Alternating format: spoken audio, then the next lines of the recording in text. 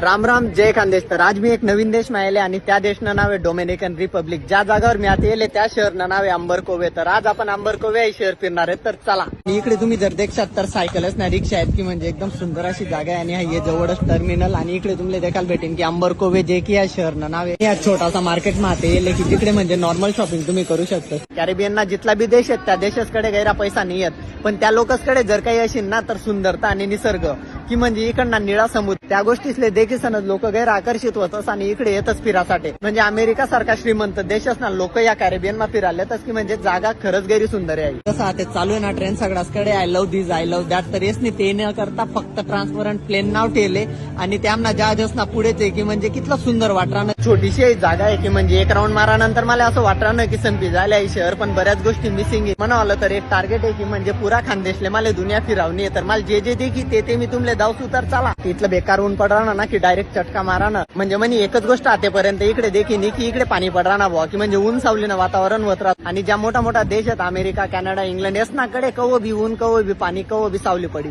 की म्हणजे बडा वायबार कारोबार आहे.